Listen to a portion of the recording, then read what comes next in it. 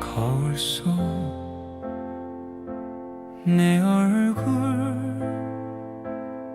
세월의 지도가 그려져 있네요. 주름살은 내가 웃었던 자리, 눈물 흘렸던 흔적이죠. 어제는 이미 바람에 실려 지나갔고, 내일은 아직 오지 않은 신비한 선물. 걱정은 내려놓고 오늘을 살아요. 지금 이 순간 당신은 살아있으니까요. 인생이 막 이제는 수학의 계절입니다. 나부는 내 영혼을 채우는 따뜻한 치료제. 당신의 지혜는 어둠을 밝히는 등불이 됩니다.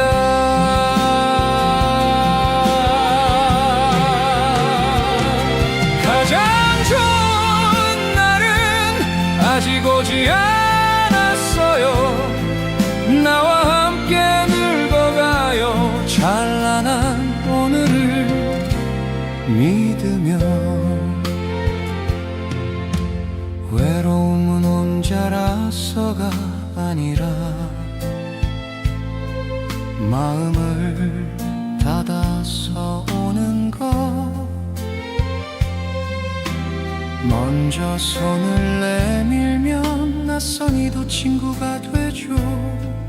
우리는 참나무처럼 부러지지 않고 버드나무처럼 춤을 춥니다. 새로운 꿈을 꾸기에 늦은 나이란 없어요. 100살의 화가처럼 90세의 청년처럼 인생이 막 이제는 수학의 계절입니다. 인생이 막 이제는 수학의 계절입니다. 나부은 내 영혼을 채우는 따뜻한 치료제. 당신의 지혜는 어둠을 밝히는 등불이 됩니다.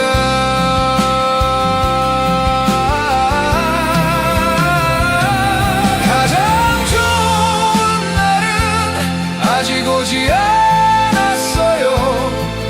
나와 함께 늙어가요. 찬란한 오늘을 믿으며. 나를 위해 살던 시간은 이제 흘려보내고 남을 위해 꽃을 심는 정원사가 되어 봅니다. 나의 향기가 누군가에게 위로가 될 때 비로소 알게 되죠. 내가 얼마나 귀한 존재인지. 행복은 조건이 아니라 매일 내가 하는 선택입니다. 인생이 막 이제는 수학의 계절입니다. 나부은 내 영혼을 채우는 따뜻한 치료제. 당신의 지혜는 어둠을 밝히는 등불이 됩니다.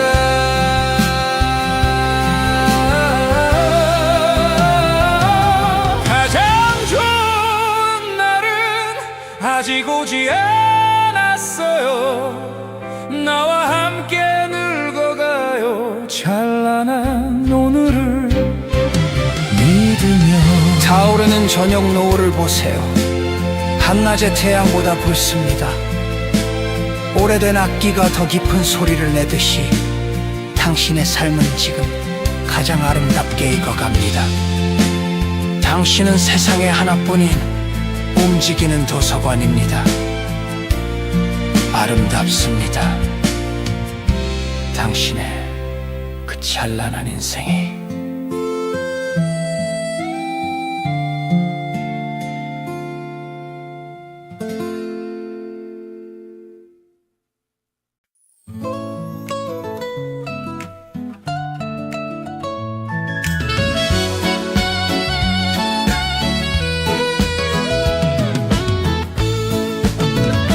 인생은 끝없는 등산길, 때론 가파른 언덕, 숨이 차오를 때도 있지, 힘들고 지칠 때도. 하지만 유머와 웃음은 우리 영혼의 유말유. 무거운 짐을 내려놓고 쓸쓸한 배낭을 잠시 벗어놓고서 심리적 거리를 두니 마음이 한결 가벼워. 불안과 우울은 안개처럼 서서히 걷히고 웃음으로 무장한 우리 마음 어떤 시련도 이겨내. 하하하 웃어봐요. 우리 몸속 활력 넘쳐 엔도르핀 솟아나서 고통을 날려보내고 세로토닌 미소로 마음에 평화가 찾아와. 웃음은 그 어떤 보약보다 나은 인생의 명약. 우리의 황금빛 인생 세월 속에 빛나고 주름살마다 담긴 이야기. 기쁨이 두려움을 이겨 그 어떤 치료제보다도 우리가 가진 이 선물. 황금빛 세월은 행복으로 더욱 빛나네. 한 번의 큰 웃음에 스트레스 호르몬 줄어들고 면역세포 깨어나서 우리 몸을 지키네. 치솟던 혈압은 내려가고 혈관은 편안히 숨쉬며 심장은 튼튼해지고 기억력도 더욱 선명해져. 잠 못 이루는 밤에도 웃음 한 조각이면 깊은 숙면의 축복이 우리를 찾아오네. 우리 몸이 살아나고 건강이 돌아와. 웃음소리마다 평화로운 꿈을 선물하네. 빨간 코의 광대처럼 서로를 마주보며 족의 멜로디와 옛이야 나누네. 치매의 그림자 속에서도 사라지지 않는 즐거움. 유머는 세대 사이를 잇는 무지개 다리. 라이브는 고전이 되는 것이란 말하며 우리는 오늘도 삶이란 무대의 주인공. 세대를 이어주는 웃음엔 나이가 없어. 모든 세대가 함께 쓰는 축복의 페이지. 주름살은 그저 웃음이 머물렀던 자리. 지혜와 유머로 우리 자신을 다시 발견해. 늙어가는 것이 아니라 익어가는 포도주처럼 우리의 아름다움은 시간과 함께 더 깊어져. 한마디 농담으로 외로움은 사라지고 서로 간의 신뢰는 튼튼하게 쌓여가네. 우리 자신을 발견해 재치 있는 말 속에서 황금빛 세월의 보물은 계속해서 빛나네. 하하하 웃어봐요. 우리 몸속 활력 넘쳐 엔도르핀 솟아나서 고통을 날려보내고 세로토닌 미소로 마음에 평화가 찾아와. 웃음은 그 어떤 보약보다 나은 인생의 명약. 우리의 황금빛 인생 세월 속에 빛나고 주름살마다 담긴 이야기. 기쁨이 두려움을 이겨 그 어떤 치료제보다도 우리가 가진 이 선물. 황금빛 세월은 행복으로 더욱 빛나네. 기억하세요, 기우들.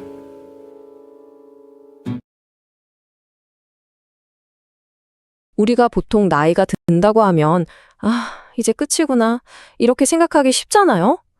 근데 만약에요, 그게 인생에서 가장 빛나는 황금기의 시작이라면 어떨까요? 오늘 인생의 제2막을 후회 없이 찬란하게 만들어줄 지혜를 함께 찾아보겠습니다. 자, 우리 시작은요. 거장 피카소의 정말 멋진 말로 한번 열어볼게요. 우리는 늙는 것이 아니라 더욱 무르익는 것이다. 바로 이 한 문장이 오늘 우리가 나눌 이야기의 핵심이거든요. 나이 듦은 쇠퇴나 상실이 아니라 지혜로와 경험으로 더욱 깊고 풍요롭게 무르익어가는 과정이라는 거죠. 자, 그럼 첫 번째 여정. 바로 우리 내면의 세계를 들여다보는 것부터 시작해 볼까요? 나이에 대한 사회의 편견이나 어쩌면 우리 스스로 가지고 있던 부정적인 생각들을 과감히 버리고요. 완전히 새로운 시각을 갖추는 것. 모든 변화는 바로 거기서부터 시작됩니다. 보세요. 제일 먼저 바꿔야 할 게 바로 이 관점이에요. 나는 너무 늙어서 뭘 새로 하겠어. 이렇게 스스로 가능성의 문을 쾅 닫아버리는 대신에 매일매일이 무언가 멋진 걸 발견할 수 있는 새로운 기회야 라고 생각하면서 그 문을 활짝 열어보는 거예요. 정말 이 작은 생각의 차이가 우리 삶을 완전히 바꿔놓을 수 있습니다. 와, 그리고 이건 정말 강력한 변화라고 할 수 있어요. 나는 이제 자식들한테 짐이구나 이렇게 스스로를 무거운 짐처럼 여기는 대신에 아니야, 나는 다른 사람들과 나눌 수 있는 귀한 경험과 지혜를 가진 기둥 같은 존재야 라고 생각하는 거죠. 내가 살아온 세월이 다른 사람들에게 얼마나 큰 선물이 될 수 있는지를 깨닫는 바로 그 순간입니다. 맞아요. 방금 우리가 얘기한 이 새로운 마음가짐을 베티 프리덴이 정말 멋지게 표현했어요.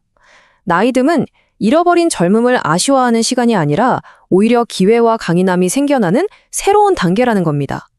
그러니까 해가 갈수록 약해지는 게 아니라 오히려 내면의 힘과 지혜가 더욱 단단해지는 시기라는 거죠. 자, 좋습니다. 이제 생각의 틀을 바꿨으니까 이걸 행동으로 옮겨봐야겠죠? 우리가 사는 이 세상과 어떻게 다시 연결될 수 있는지 그 방법을 한번 알아볼게요. 내면의 변화를 이었다면 이제는 바깥 세상과의 연결입니다.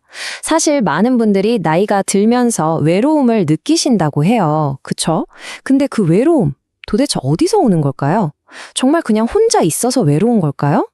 그 답이요, 생각보다 되게 간단한데 정말 큰 깨달음을 줍니다. 외로움은요, 주변에 사람이 없어서가 아니라 내가 먼저 말을 걸지 않아서 생긴다는 거예요. 다시 말해, 연결이라는 건 누가 해주길 기다리는 게 아니라 내가 먼저 선택하고 행동할 수 있는 거라는 뜻이죠. 이걸 정말 잘 보여주는 실제 이야기가 하나 있어요. 82세 할머니 한 분이 계셨는데요. 3년 동안이나 깊은 고립감에 빠져 계셨대요. 그래서 아주 작은 목표를 하나 세우셨죠. 하루에 딱 한 번만 엘리베이터 타고 내려가기. 이게 전부였어요. 근데 바로 그 작은 행동이 이웃과의 어색한 인사로 또 대화로 이어졌고 지금은 매일 친구들과 어울리는 활기찬 삶을 살고 계신다고 합니다. 이처럼 가장 위대한 변화는요, 때로는 가장 사소해 보이는 용기에서 시작되더라고요. 이렇게 보니까 좋은 관계를 만드는 게 꼭 뭐 대단한 비법이 있어야 하는 건 아닌 것 같아요. 그렇죠? 때로는 아주 간단한 진리가 핵심일 때가 많습니다. 바로 웃음이죠. 함께 웃는 것만큼 강력하게 사람의 마음을 여는 건 없는 것 같아요. 웃음이야말로 최고의 보약이자 모든 관계의 시작이라고 할 수 있겠습니다. 그리고 이 관계는요, 그냥 친구를 사귀는 걸 넘어서 목적 의식으로 이어질 때 훨씬 더 깊어지고 단단해집니다. 내가 누군가에게 필요한 존재가 되고 또 그들을 위해서 무언가를 할 수 있다는 느낌. 이케다 다이사쿠의 말처럼 바로 이 감정이야말로 우리 마음속의 젊음과 에너지를 계속해서 타오르게 하는 진짜 연료가 되는 거죠. 자, 이제 마지막 장으로 넘어가 보겠습니다. 지금까지는 나와 우리의 현재에 대해 이야기했다면 이제는 시야를 좀 더 넓혀서 다음 세대를 바라볼 시간이에요.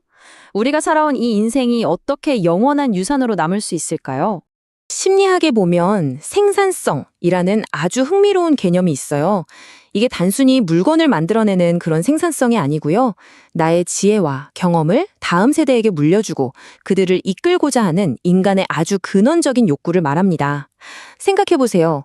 우리가 살아온 삶 자체가 앞으로 길을 가야 할 젊은 세대에게는 어둠 속을 비춰주는 등대나 나침반이 되어줄 수 있다는 거잖아요. 그럼 이 위대한 유산을 어떻게 나눌 수 있을까요? 에이, 내가 뭘 이렇게 생각하실 필요가 전혀 없어요. 정말 간단한 방법들이 있거든요. 옛날 이야기를 녹음해서 들려주는 것, 나만의 특별한 요리법이나 손재주를 알려주는 것, 손주에게 진심을 꾹꾹 눌러 담아 편지를 쓰는 것, 심지어 내가 했건 실수에서 배운 교훈을 나눠주는 것까지도요. 이런 소박하지만 진심 어린 행동들을 통해 우리의 삶은 다음 세대로 아름답게 이어지는 겁니다. 이 해질녘 항구 비유는 정말 너무 아름답지 않나요? 이 비유 하나가 오늘 우리가 나눈 모든 이야기를 담고 있는 것 같아요. 인생의 후반기는 폭풍우 치는 항해의 끝이 아니에요. 오히려 긴 항해를 통해 얻은 값진 보물들을 안전한 항구에서 사람들에게 아낌없이 나누어주는 시간. 인생에서 가장 아름답고 찬란한 석양을 완성하는 바로 그런 황금기라는 거죠.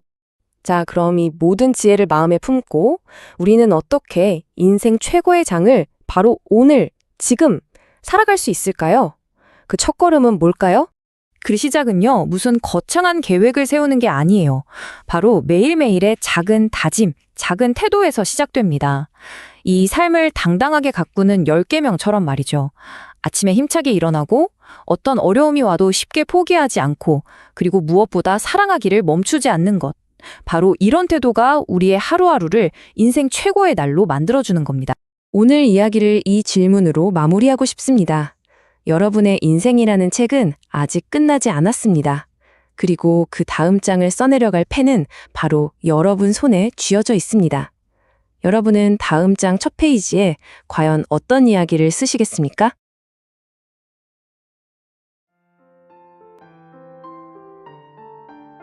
링컨의 유머.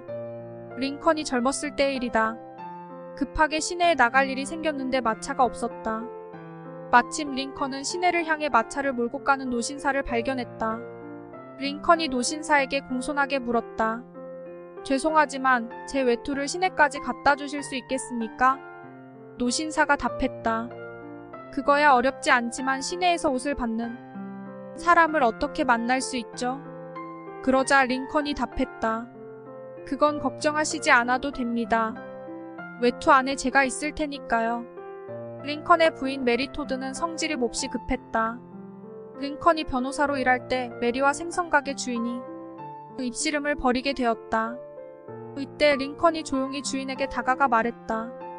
나는 15년째 참고 있습니다. 선생님은 15분이니까 그냥 좀 참아주세요. 링컨이 상원의원 선거에 입후보했을 때 합동연설회에서 경쟁자였던 더글러스 후보가 목소리를 높였다. 링컨은 자신이 경영하던 가게에서 팔아서는 안 될 술을 팔았습니다. 이것은 분명한 위법이며 이렇게 법을 어긴 사람이 상원의원이 된다면 이 나라의 법질서가 어떻게 되겠습니까? 더글러스는 의기양양했고 청중은 술렁였다. 이때 링컨이 연단에 올라가 태연하게 말했다. 존경하는 유권자 여러분, 방금 전 더글러스 후보가 말한 것은 사실입니다. 그리고 그때 우리 가게에서 가장 많이 술을 사 마신 최고 우량 고객이 더글러스 후보라는 건 역시 사실입니다. 상대편의 음해에 대해 링컨이 위트로 응수하자 좌중은 웃음바다가 됐다.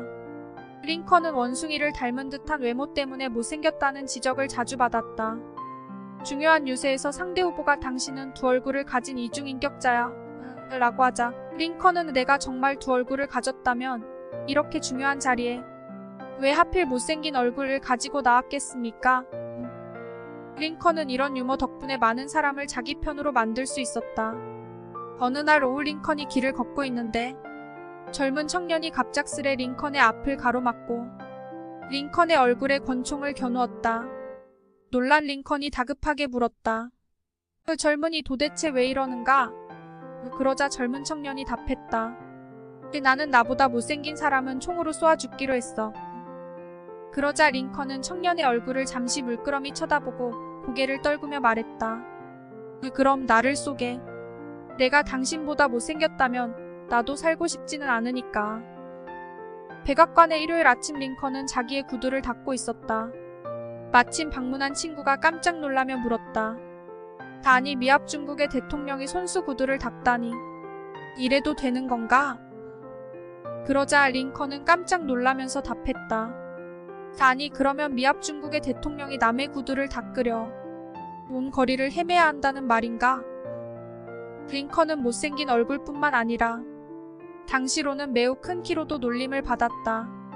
어느 날 한 기자가 1m93m의 큰 키에 깡마른 체구를 가진 링컨에게 물었다. 그 사람에게 적당한 키는 얼마라고 생각합니까? 그러자 링컨이 대답했다. 일어섰을 때 발이 땅에 닿을 정도면 적당합니다. 레이건의 유머. 1981년 3월 레이건이 저격을 받아 중상을 입었을 때의 일이다. 간호사들이 지혈하기 위해 레이건의 몸을 만졌다. 레이건은 아픈 와중에도 간호사들에게 농담을 했다. 그 자네들 우리 낸시에게 허락을 받았나? 응급실에 모인 보좌관들과 경호원들이 침통한 표정을 짓고 있는 것을 보고 레이건은 다음과 같이 말을 해서 응급실을 뒤집어 놓았다. 헐리우드 배우 시절 때 내 인기가 이렇게 폭발적이었으면 배우를 때려치지는 않았을 텐데. 얼마 후 부인 낸시 여사가 응급실에 나타나자 이렇게 말해서 그녀를 웃겼다. 여보 미안하오. 총알이 날아왔을 때 영화에서처럼 납작 엎드리는 걸 깜빡 잊었어. 응급실 유머가 알려진 이후 대통령 지지율은 83%까지 치솟았다. 그러나 다음 해에는 지지율이 30% 수준으로 떨어져 백악관의 참모와 보좌관들이 침울해하자 레이건은 다음과 같은 말로 위로했다. 괜찮아, 걱정하지 마. 총 한 번만 더 맞으면 돼. 레이건이 백악관으로 유명 피아니스트를 초청해 연주회를 열었다. 연주회가 끝난 뒤 무대로 올라가던 낸시가 실수로 발을 헛디뎌 우스꽝스럽게 넘어지고 말았다. 당황한 나머지 얼굴이 빨개진 아내에게 레이건이 큰 소리로 말했다. 여보, 분위기가 무지 썰렁해서 박수나 웃음이 필요할 때 그때 넘어지기로 하지 않았소? 그 순간 많은 사람들이 큰 박수와 환호를 보냈다.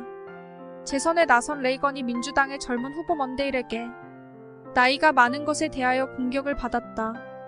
먼데일이 물었다. 레이건 대통령, 본인의 나이에 대하여 어떻게 생각하십니까? 레이건이 답했다. 나는 이번 선거에서 나이를 문제 삼지 않기로 했습니다. 먼데일이 물었다. 그게 무슨 말이죠? 그러자 레이건이 답했다. 당신이 젊고 경험이 부족하다는 사실을 정치적 목적으로 결코 이용하지 않겠다는 뜻입니다. 클린턴의 유머. 미국의 보수주의자인 밥 도너 의원이 클린턴 대통령을 공격했다. 그 당신은 병역 기피자에다 바람둥이야. 그리고 완전히 쓰레기야. 그러자 클린턴은 언론을 통해 도너 의원의 공격에 여유있게 화답했다. 밥 도너 의원을 볼 때마다 이 친구에게는 광견병 치료제가 필요하다는 생각을 했습니다. 부시의 유머. 수년 전 미국의 조지 부시 대통령이 자신의 모교인 예일대 졸업식에서 한 연설이다. 우등상, 최고상을 비롯하여 우수한 성적을 거둔 졸업생 여러분에게 축하의 말씀을 드립니다. 그리고 또한 시학점을 받은 학생 여러분들께는 이렇게 말씀드리겠습니다. 여러분도 이제 미합 중국의 대통령이 될 수 있습니다. 오바마의 유머. 오바마가 한 인터넷 방송에 출연했을 때 진행자가 비꼬며 말했다. 당신은 이제 미국의 마지막 흑인 대통령이 되겠군요. 그러자 오바마는 씩 웃으며 대답했다. 그래서 의료보험제도 오바마 케어를 확실하게 만들어 두려고요.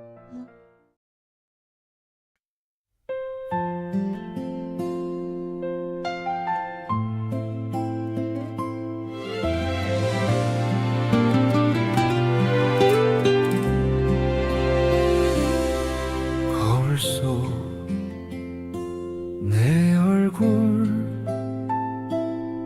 세월의 지도가 그려져 있네요. 주름살은 내가 웃었던 자리, 눈물 흘렸던 흔적이죠. 어제는 이미 바람에 실려 지나갔고 내일은 아직 오지 않은 신비한 선물. 걱정은 내려놓고 오늘을 살아요. 지금 이 순간 당신은 살아있으니까요. 인생이 막 이제는 수학의 계절입니다. 나부은 내 영혼을 채우는 따뜻한 치료제. 당신의 지혜는 어둠을 밝히는 등불이랍니다. 가장 좋은 날은 아직 오지 않았어요. 나와 함께 늙어가요. 찬란한 오늘을 믿으며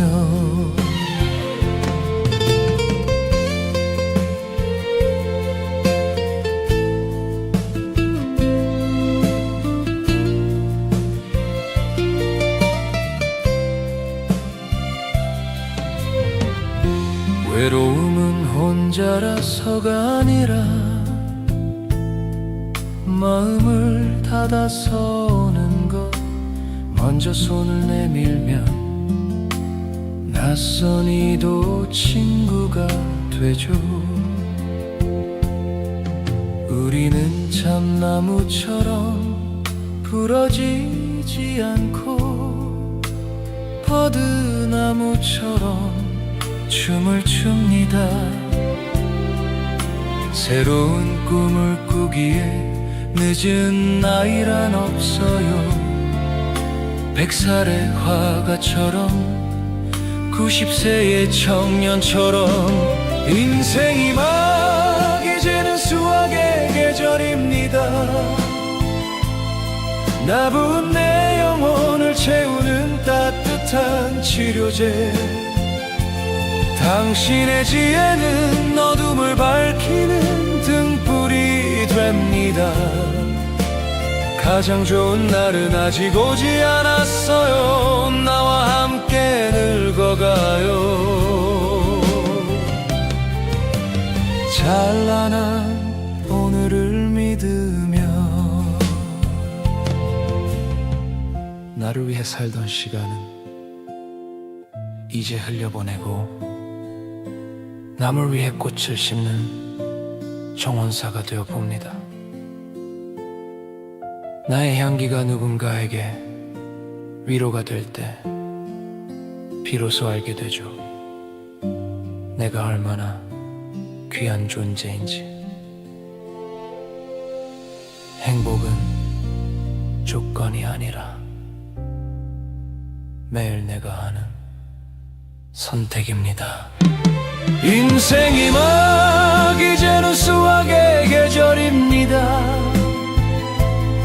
나부은 내 영혼을 채우는 따뜻한 치료제.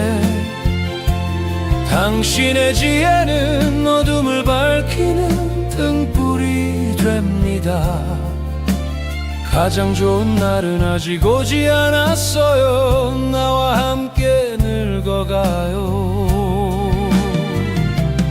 타오르는 저녁 노을 보세요. 한낮의 태양보다 붉습니다.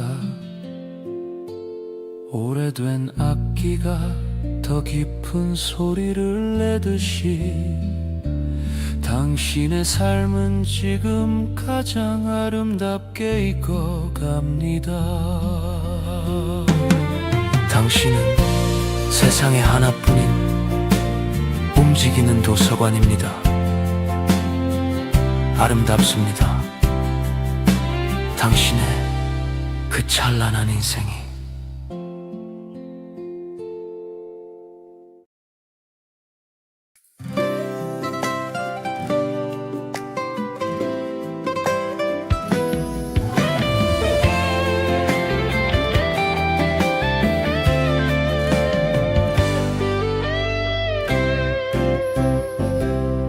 인생은 끝없는 등산길, 때론 가파른 언덕.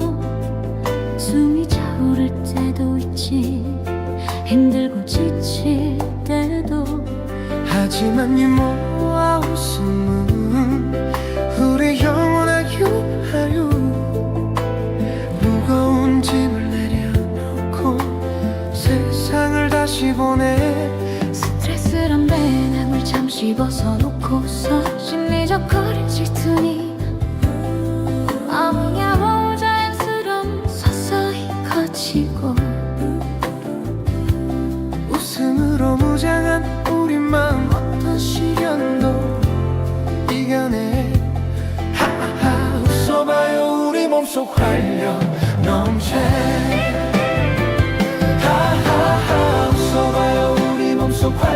넘쳐 엔도르핀 솟아나서 고통을 날려보내고 세로토닌 미소로 마음의 평화가 찾아와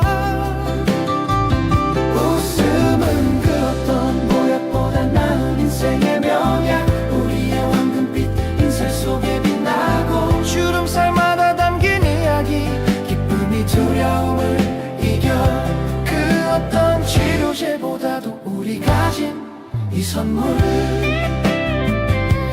한 번의 큰 웃음에 스트레스 호르몬 줄어들고 면역세포 깨어나서 우리 몸을 지키네. 치솟던 혈압은 내려가고 혈관은 편안히 숨쉬며 심장은 튼튼해지고 기억력도 더욱 선명해져 잠 못 이루는 밤에도 웃음 한 조각이면 깊은 숙면의 축복이 우리를 찾아오네. 우리 몸이 살아나고 건강이 돌아와 웃음소리마다 평화로운 꿈을 선물하네. 빨간 코의 광대처럼 서로를 마주보며 추억의 멜로디와 옛 이야기를 나누네. 치매의 그림자 속에서도 사라지지 않는 즐거움 유머는 세대 사이를 잇는 무지개 다리 나이 드는 고전이 되는 것이라 말하며 우리는 오늘도 삶이란 무대의 주인공. 세대를 이어주는 웃음엔 나이가 없어 모든 세대가 함께 쓰는 축복의 페이지 주름살은 그저 웃음이 머물렀던 자리 지혜와 유머로 우리 자신을 다시 발견해 늙어가는 것이 아니라 익어가는 포도주처럼 우리의 아름다움은 시간과 함께 더 깊어져. 한마디 농담으로 외로움은 사라지고 서로 간의 신뢰는 튼튼하게 쌓여가네. 우리 자신을 발견해 재치 있는 말 속에서 황금빛 세월의 보물은 계속해서 빛나네. 하하 웃어봐요 우리 몸속 활력 넘쳐 하하하 웃어봐요 우리 몸속 활력 넘쳐 엔도르핀 솟아나서 고통을 날려보내고 세로토닌 미소로 마음엔 평화가 찾아와 웃음은 그 어떤 보약보다 나은 인생의 명약 우리의 황금빛 인생 속에 빛나고 주름살마다 담긴 이야기 기쁨이 두려움을 이겨 그 어떤 치료제보다도 우리 가진 이 선물 기억하세요 친구들, 나이 들어서 웃음을 멈추는 게 아니라 웃음을 멈출 때 비로소 늙는 거예요.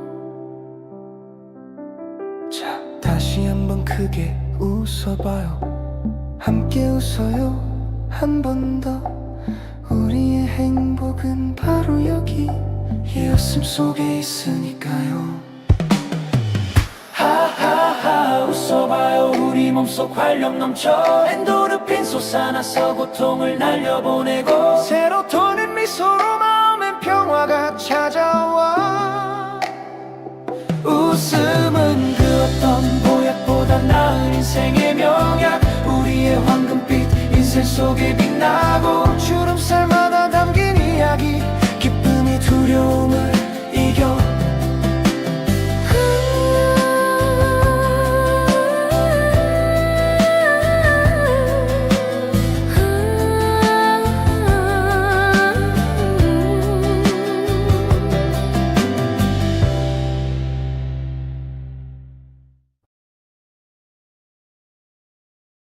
여러분, 나이가 든다는 말 들으면 어떤 기분이 드세요? 보통은 뭔가 끝나는 느낌, 좀 쓸쓸한 느낌을 떠올리기 쉽죠. 근데요, 오늘 이 시간은 그 생각을 완전히 뒤집어 볼 거예요. 나이듦이 실은 더 풍요로운 새로운 시작이 될 수 있다는 지혜, 우리 인생 후반전을 진짜 황금기로 만드는 그 비밀을 지금부터 같이 한번 찾아볼까 합니다. 자, 이 문장 한번 보세요. 우리는 늙어가는 것이 아니라 성숙해지는 것이다. 철학자 세네카가 한 말인데요. 와, 이 한 문장에 모든 걸 말해주지 않나요? 그냥 시간이 흘러서 늙는 게 아니라 내면이 더 깊어지고 지혜로워지는 과정이라는 거죠. 생각만 해도 정말 근사한 관점의 전환이죠. 우리가 흔히 생각하는 나이듦은 어때요? 뭔가 점점 쇠퇴하고 잃어버리는 그런 이미지잖아요. 그런데 사실은요, 관점을 아주 조금만, 살짝만 틀면 완전히 다른 세상이 열립니다. 새로운 기회가 막 쏟아지는 시기가 될 수도 있다는 거죠. 쇠퇴가 아니라 성장으로, 끝이 아니라 새로운 시작으로. 바로 이 생각의 전환이 오늘 우리가 함께 떠날 여정의 가장 중요한 나침반이 될 겁니다. 자, 그럼 그 첫 번째 열쇠부터 한번 찾아볼까요? 모든 것의 시작이죠. 바로 탄탄한 신체입니다. 뭐니 뭐니 해도 건강이 최고잖아요. 활기찬 노년을 위한 가장 기본이 되는 토대, 우리 몸을 어떻게 다스려야 하는지 구체적인 방법들을 지금부터 하나씩 살펴보겠습니다. 우리는 늙어서 노는 걸 멈추는 게 아니라 노는 걸 멈춰서 늙는 것이다. 아, 이 말 정말 가슴에 콕 박히지 않나요? 결국 우리 몸의 활력이라는 게 마음먹기에 달렸다는 거 아니겠어요? 어린아이처럼 호기심 갖고 계속 움직이고 즐기고, 어쩌면 이게 진짜 젊음의 비결일지도 모릅니다. 한번 보세요. 방법들이 뭐 거창한 게 아니죠. 잘 걷고, 잘 먹고, 따뜻한 물 마시고, 푹 자고, 햇볕 쬐기. 정말 놀랍도록 간단하잖아요. 위대한 지혜라는 게 사실은 늘 이렇게 평범한 우리 일상 속에 숨어 있는 것 같아요. 무슨 대단한 비법이 필요한 게 아니라 바로 오늘, 지금 당장 시작할 수 있는 이 작은 습관들이 우리 몸을 바꾸는 겁니다. 맞습니다. 그러니까 핵심은 정말 딱 하나예요. 우리가 시간의 흐름 때문에 늙는 게 아니라는 거. 움직이길 멈추기 때문에 늙는다는 이 사실 꼭 기억하세요. 움직임, 이것이야말로 시대를 초월하는 최고의 명약이자 보약입니다. 자, 이렇게 몸의 토대를 단단히 다졌다면 이젠 마음을 돌볼 차례겠죠? 그래서 두 번째 파트는 바로 관계의 기술입니다. 다른 사람들과 어떻게 잘 지낼지, 그리고 더 중요하게는 나 자신과는 어떻게 균형을 잡고 지낼지, 그 섬세한 지혜 속으로 한번 들어가 보겠습니다. 여기 숫자 15가 있습니다. 이게 대체 뭘 의미하는 걸까요? 사실 이거 굉장히 충격적인 숫자입니다. 사회적으로 고립되는 것이 우리 건강에 미치는 해로움이 매일 담배를 15개비씩 피우는 것과 똑같다는 연구 결과예요. 와, 이건 그냥 외롭다 아니다의 문제가 아니죠. 관계가 곧 우리의 생존과 직결된 문제라는 겁니다. 이런 말이 있어요. 외로움은 혼자 있어서 생기는 게 아니라 다른 사람에게 말을 걸지 않아서 생기는 것이다. 정말 그렇지 않나요? 사람들과의 연결이라는 게 가만히 있는다고 저절로 생기는 게 아니잖아요. 내가 먼저 손 내밀고 마음을 열어야 시작되는 거죠. 기다리는 게 아니라 적극적으로 만들어가는 거, 그게 핵심입니다. 그런데요, 이 관계의 기술에는 동전의 양면 같은 또 다른 면이 있습니다. 바로 혼자 있는 시간, 고독의 힘을 제대로 아는 거예요. 니체가 이렇게 말했죠. 너 자신의 다리로 높은 곳을 향해 걸어라. 그 뒤따르는 고통이 내 마음의 근육을 튼튼하게 만들 것이다. 때로는 이렇게 홀로 서는 시간이 우리 내면을 가장 단단하게 만들어줍니다. 다른 사람과 잘 지내는 것만큼이나 온전히 나 자신과 만나는 시간도 정말 중요한 거죠. 그래서 지혜로운 관계를 위해서 우리가 꼭 기억하면 좋을 실용적인 규칙 4가지가 있습니다. 첫째, 조언은 상대가 원할 때만 하기. 둘째, 내 자랑은 웬만하면 하지 않기. 셋째, 했던 말 또 하지 않기. 마지막으로 모든 사람을 만족시키려고 애쓰지 않기. 어떠세요? 타인을 존중하면서 동시에 나 자신을 지키는 아주 성숙한 관계의 비결이라 할 수 있겠죠?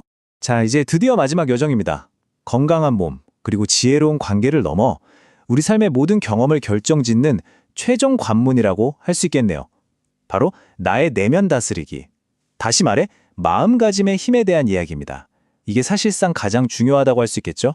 이거 보세요. 내 인생의 황금기는 다 지나갔어. 이런 낡은 생각의 감옥에 갇혀 계신가요? 아니면 나와 함께 늙어가요. 최고의 순간은 아직 오지 않았으니까 이렇게 탁 트인 평원으로 나아가시겠어요? 이제는 쉴 때야가 아니라 은퇴는 이제 막 열린 고속도로의 시작이다 라고 생각하는 거죠. 정말 생각 하나 바꿨을 뿐인데 인생의 풍경이 완전히 달라집니다. 데일 카네기가 이런 말을 했습니다. 행복은 당신이 누구인지, 뭘 가졌는지에 달려있는 게 아니라 오로지 당신이 무슨 생각을 하는지에 달려있다. 결국 행복은 조건이 아니라 선택이라는 거죠. 여러분은 매일 아침 눈을 뜨면서 어떤 생각을 선택하시나요? 감사하는 마음, 긍정적인 생각. 이것도 운동처럼 매일 단련할 수 있는 마음의 근육입니다. 결국 이겁니다. 나이는 숫자가 아니라 태도라는 것. 내 믿음만큼 젊고 내 의심만큼 늙는다는 말, 정말 맞는 말 같아요. 우리 주민등록증에 적힌 숫자가 진짜 나이가 아니라 내 마음속에 있는 호기심과 열정, 그게 바로 내 진짜 나이를 말해주는 거죠. 자, 이 표를 한번 보실까요? 90을 넘기신 한 어르신이 인생을 돌아보며 정리한 지혜라고 합니다. 왼쪽은 우리가 평생 쫓지만 사실은 존재하지 않는 인생의 환상들이에요. 공짜, 비밀, 완벽한 사람 같은 것들이죠. 오른쪽은요, 인생의 끝에서 돌아보니 반드시 있어야 했던 인생의 기둥들입니다. 건강, 가족, 친구, 그리고 자산. 무엇을 쫓고 무엇을 지켜야 할지 정말 한눈에 명확하게 보이지 않으세요? 그럼 이렇게 강한 마음을 만들기 위해서 우리가 매일 뭘 할 수 있을까요? 바로 이런 다짐들을 해보는 겁니다. 매일 아침 거울을 보면서 나 자신에게 말해주는 거예요. 오늘 하루도 선물처럼 주어져서 감사하다. 내 나이는 약점이 아니라 지혜라는 힘이다. 나는 걱정 대신 기쁨을 선택하겠다. 이런 작은 속삭임들이 모여서 하루를 바꾸고 결국엔 인생 전체를 바꿀 수 있습니다. 자, 이제 길었던 여정을 마무리할 시간입니다. 오늘 우리가 함께 나눈 이야기의 결론은 뭘까요? 바로 이겁니다. 나이듦은 그냥 수동적으로 겪어내는 시간이 아니라 내가 직접 움직이고 관계 맺고 생각하면서 만들어가는 하나의 멋진 예술 작품과 같다는 것. 이게 오늘 이야기의 핵심입니다. 네, 바로 이 모습처럼요. 잘 나이 든다는 건 결국 우리가 매일매일 어떻게 움직이고 누구와 마음을 나누고 또 어떤 생각을 선택하는지 그 의식적인 선택들이 하나하나 쌓여서 만들어지는 겁니다. 매일의 작은 붓질이 모여서 시간을 초월하는 삶이 하는 위대한 걸작을 완성하는 거죠. 그리고 마지막으로 우리가 꼭 기억해야 할 게 있습니다. 우리가 이 세상에 남기고 가는 진짜 유산은 통장에 찍힌 숫자가 아닐 겁니다. 바로 오늘 내가 주변 사람들과 나눈 따뜻한 지혜와 사랑, 그것이야말로 세대를 넘어 영원히 살아 숨쉬는 진짜 유산이겠죠. 그래서 마지막으로 여러분 각자에게 이 질문을 던지면서 마무리하고 싶습니다. 여러분은 지금 여러분 인생에서 가장 중요한 챕터를 써내려 가고 있습니다. 그 다음 페이지에는 과연 어떤 이야기를 채워 넣으시겠습니까? 여러분의 이야기는 아직 끝나지 않았습니다. 가장 빛나는 순간은 바로 지금 여러분의 손에 달려 있으니까요.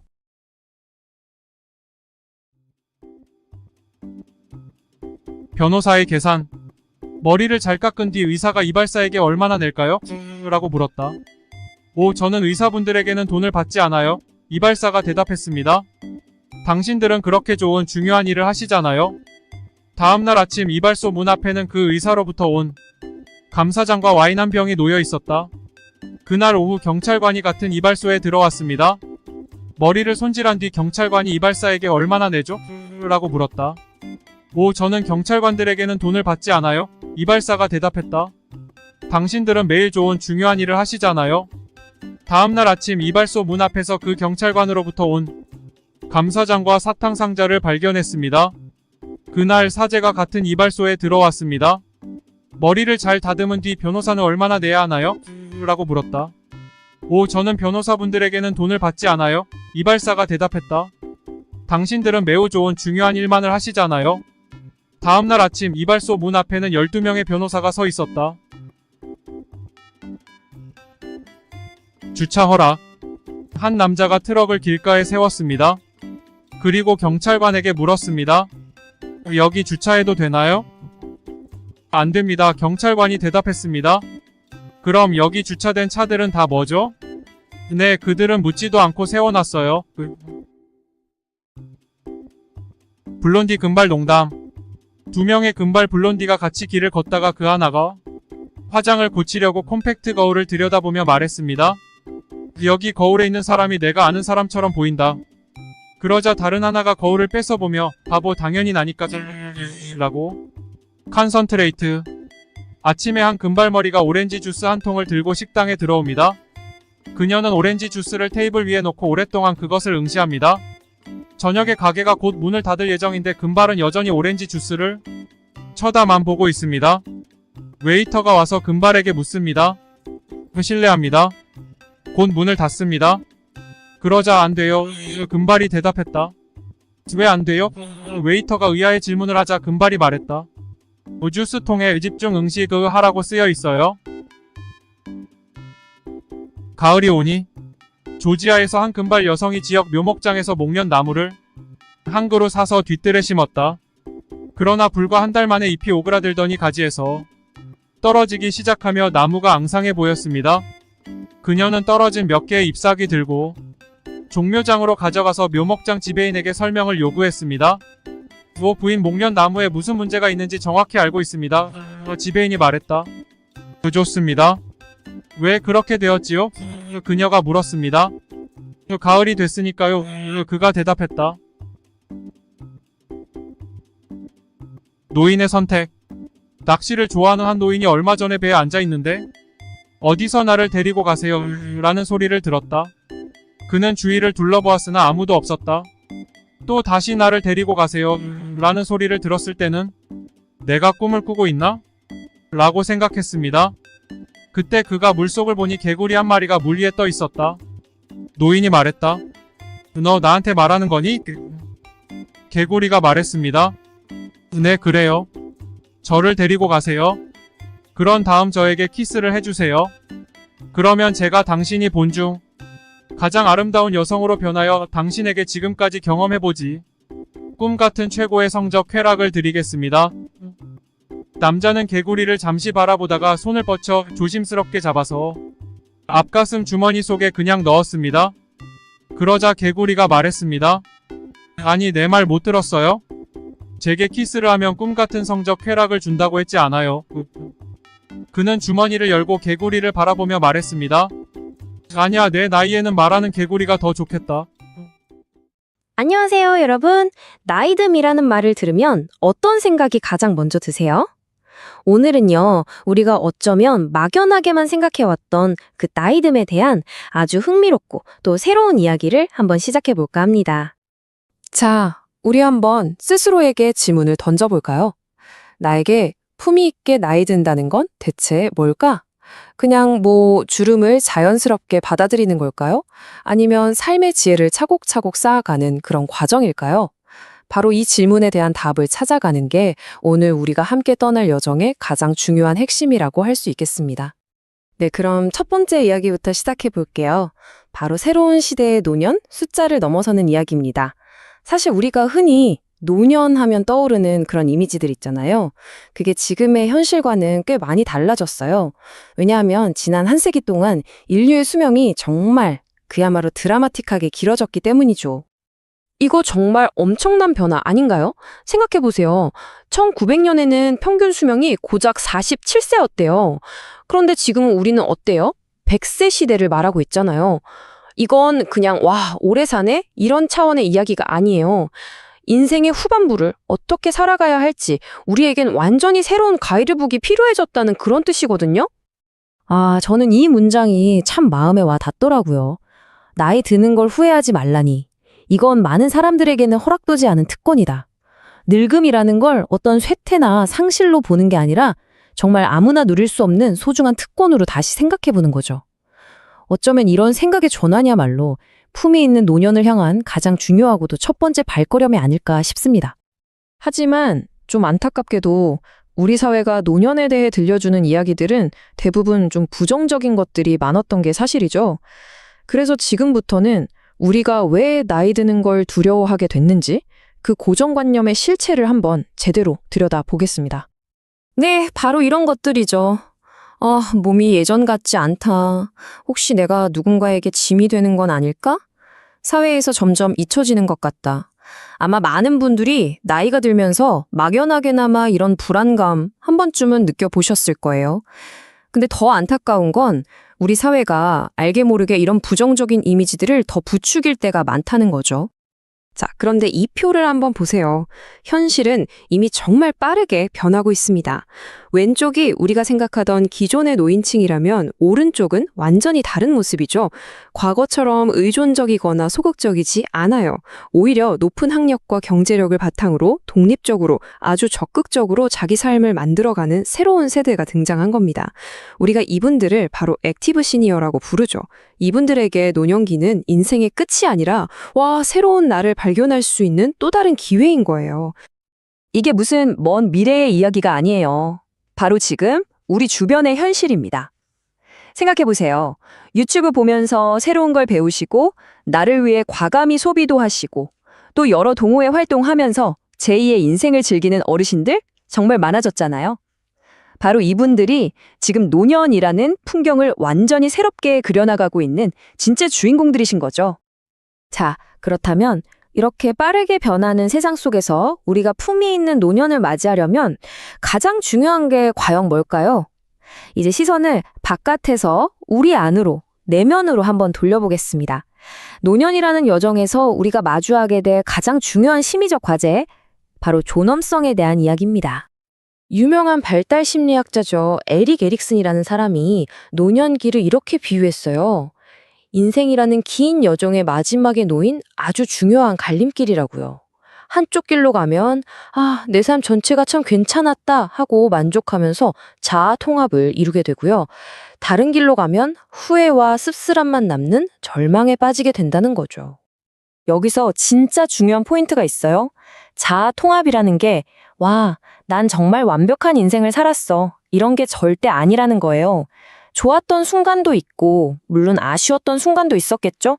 그 모든 게 다 나의 소중한 삶의 일부였다는 걸 그대로 받아들이는 것, 그리고 그 전체 그림 속에서 나만의 의미와 평화를 찾아내는 것, 그게 바로 자아통합이 우리에게 주는 진짜 선물이 아닐까 싶습니다. 하지만 반대의 경우는 어떨까요? 스스로 무언가를 선택하고 결정할 자유, 즉 자율성과 존엄성을 잃어버렸을 때 그 고통은 정말 이 말처럼 상상 이상으로 깊고 아플 겁니다. 창살 없는 감옥 같다. 이건 그냥 좀 불편하다. 이 정도의 이야기가 아니에요. 내 삶의 주인이 더 이상 내가 아니라는 느낌.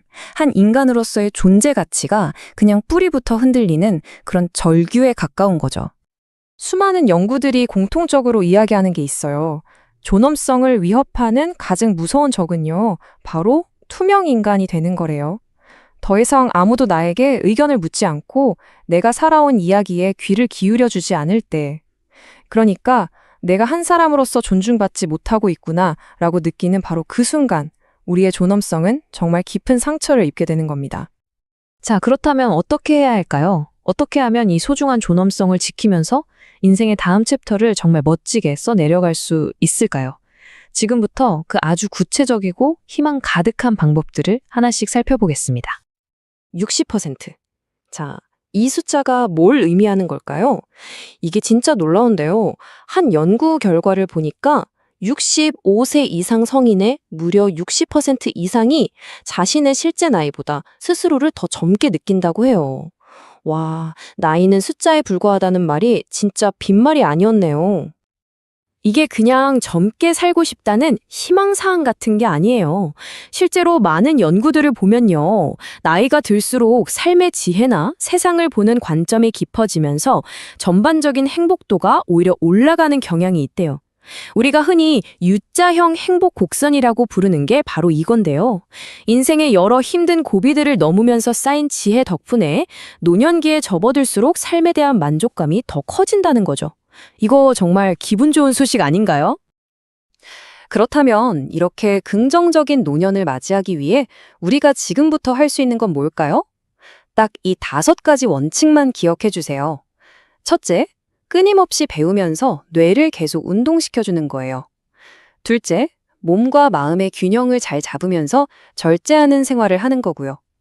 셋째, 작더라도 나만의 새로운 목표에 계속해서 도전하는 겁니다. 그리고 어쩌면 가장 중요할 수 있는 2가지. 넷째는 소중한 사람들과의 관계를 잘 가꾸는 것. 마지막 5째는 다른 사람에게 무언가를 베풀고 나누면서 기쁨을 찾는 겁니다. 아, 이 말도 정말 멋지지 않나요?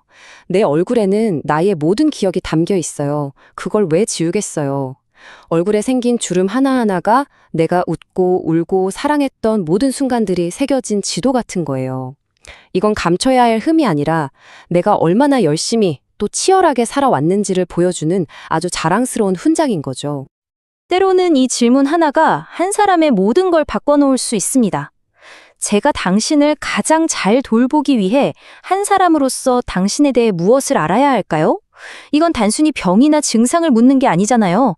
그 질병이나 나약함이라는 껍데기 뒤에 숨겨진 그 사람이 살아온 고유한 이야기와 가치관에 귀를 기울이겠다는 뜻이거든요. 바로 이 질문이야말로 한 사람을 온전히 존중하는 진정으로 존엄한 돌봄의 시작점이라고 할 수 있습니다. 지금까지 우리는 품위 있는 노년을 위해 사회적으로 또 개인적으로 어떤 것들이 필요한지 쭉 살펴봤습니다. 이제 마지막 장인데요. 나이듦이 우리에게 주는 가장 깊고 가장 궁극적인 선물이라고 할 수 있는 지혜와 초월에 대한 이야기로 오늘 여정을 마무리해볼까 합니다. 노년학에서는 노년 초월이라는 아주 아름다운 개념이 있습니다. 이게 뭐냐면요. 나이가 들면서 점점 물질적인 것에 대한 집착은 줄어들고 나라는 좁은 세상에서 벗어나서 다른 사람들 그리고 우리 다음 세대와 깊이 연결되는 그런 정신적인 성숙의 단계에 이르는 거예요. 그러다 보면 죽음에 대한 두려움 같은 건 자연스럽게 옅어지고 대신 아주 사소한 일상의 순간들에서 큰 기쁨과 감사를 느끼게 되는 거죠. 그런 평온한 경지라고 할 수 있습니다. 바로 이것이야말로 나이듦을 통해서만 얻을 수 있는 최고의 선물, 지혜의 진짜 모습이 아닐까 싶어요. 삶이라는 거대한 강이 흘러가는데 그 흐름에 더 이상 발버둥 치거나 저항하지 않고 그 안에서 나의 자리를 편안하게 받아들이는 것. 그런 평온한 마음 말이죠. 현대 호스피스의 어머니라고 불리는 시슬리 손더스의 이 말로 오늘 이야기를 마무리하고 싶습니다. 당신은 당신이기 때문에 소중하며 생의 마지막 순간까지 소중합니다. 여러분의 나이나 건강, 사회적 지위 같은 것과는 아무 상관없이 우리 모두는 그냥 존재 자체로 소중한 사람들입니다. 그리고 그 가치는요, 우리 삶의 마지막 숨결이 멎는 그 순간까지도 절대 변하지 않습니다. 이것이야말로 품위 있게 나이 든다는 것의 진짜 의미이고 오늘 우리가 함께 나눈 모든 이야기의 최종 결론이 아닐까 합니다. 여러분의 앞으로 다가올 그리고 지금 살아가고 있는 빛나는 황금기를 진심으로 응원하겠습니다.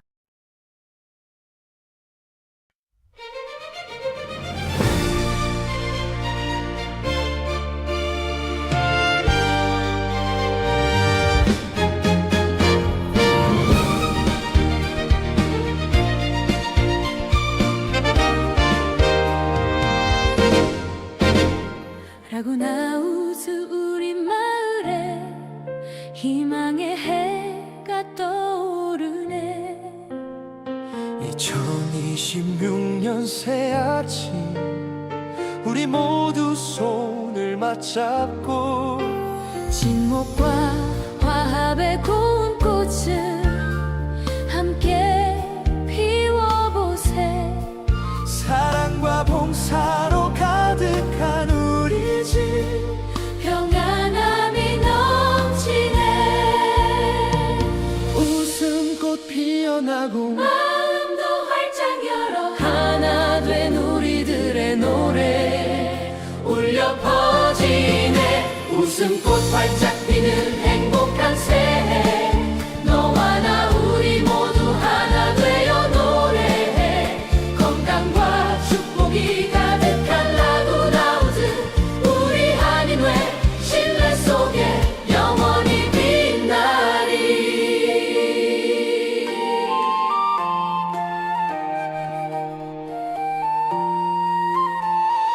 늙어가는 것이 아니라 멋지게 익어가는 우리. 지혜를 나누고 서로를 따뜻하게 보듬어주며 투명한 마음으로 서로 믿고 의지하며 살아요. 실한 봉사로 내일의 기쁨을 함께 그려보세.